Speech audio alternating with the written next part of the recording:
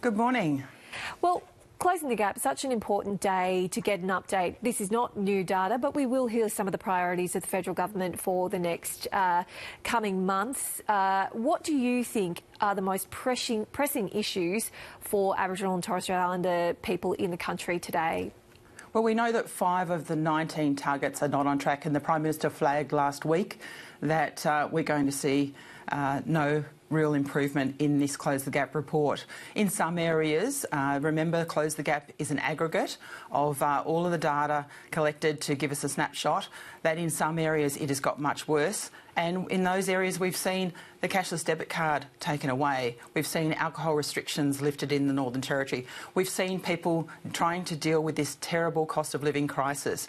So it should be of no surprise to anyone that the Close the Gap has gone backwards. The government announced a landmark deal with the Northern Territory Government for $840 million to go towards service delivery, predominantly in remote areas of the Northern Territory. That would be welcome news to you, Senator. Look, funding that goes in the right places is, of course, welcome news, but let's be clear. That was the announcement of a recurring funding agreement, one that has been in place since 2016. What we don't have from that agreement that was publicised last week was how much of that money is for the new initiatives that are in there. We do need to see the detail, because that amount of money that was in there, a lot of it was actually already in the existing budget. What about this announcement on remote stores? We know the cost of living is absolutely exorbitant in a lot of remote communities. I mean, you would know that. You travel around just to buy everyday essentials in a remote community is so much more expensive than in the cities. Is this a welcome announcement from the government? They're going to try and guarantee similar prices in remote and city stores. And is that something the Coalition would take on as a policy if you win the next election? Well, I think what we need to focus on is the foundation issues, and that is governance in these organisations. When you look at, and I've done the pricing when I've been in those remote communities, it is outrageous that non-perishable items like Band-Aids, home brand Band-Aids, are several dollars more in a remote community than they are in a surrounding community like Alice Springs. That is not acceptable, that non-perishable items are that expensive. We need to ask what is happening in these organisations that run these stores, and I say one of the problems is we haven't tackled governance. We need people on those boards that are not just community members. We need people on those boards that understand about retail, that can take on these CEOs, that we have seen some spectacular examples in the Labor government's term of government where they have failed to intervene where there are clearly issues in organisations. Would you guarantee similar prices in remote stores to city stores if the Coalition was to win the election?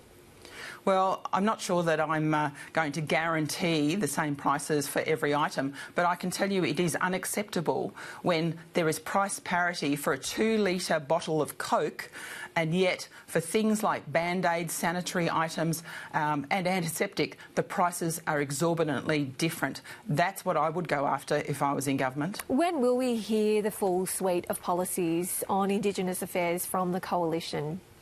Well, I think you'll hear them when the Prime Minister is brave enough to call an election. That's what we really need, is for him to call this election.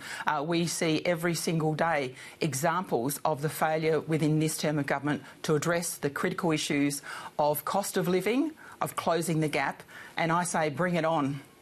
You're from the NT. I know it's not your home state at the moment, but are you concerned about the rising levels of Aboriginal people going to jail in the NT at the moment? Well, we should be concerned about everything. We are not seeing anywhere near the numbers of children that are in school, that should be in school and not on the streets. Sure, we see more people in custody, but you know what? There were 66,000 hospitalisations in Alice Springs, a town of 29,000 people, the year the Albanese Government stood by and watched those alcohol restrictions lifted. Many of the people who are in custody in the Northern Territory are there for violent related crimes fuelled by alcohol, drugs and gambling. So what I say is when you start addressing those tough issues, you'll start addressing the number of people going into custody. The Prime Minister can't duck and weave on this. He has to address governance in those organisations. He must address the drivers. It was his government on his watch that watched those alcohol restrictions being lifted that created mayhem for Northern Territorians. They saw a 77% increase the month after in violence in Central Australia, and we've seen the mayhem that's been created in those communities that wanted the cashless debit card that no longer have it. Those things on Albanese's watch have contributed to the gap exploding open, well, I think rather than closing. Aboriginal organisations did say there were very complex reasons behind that rise in violence alongside alcohol. There are also issues in the cost of living crisis. Did that also play into the rise in violence that we saw in the past couple of years? Well, they can talk about complexity and colonisation as much as they like. When I visit homes in town camps, in communities, people talk about the cost of living. They talk about the same things other Australians talk about. They talk about their safety. They talk about police responses. They talk about perpetrators going into custody and coming out again.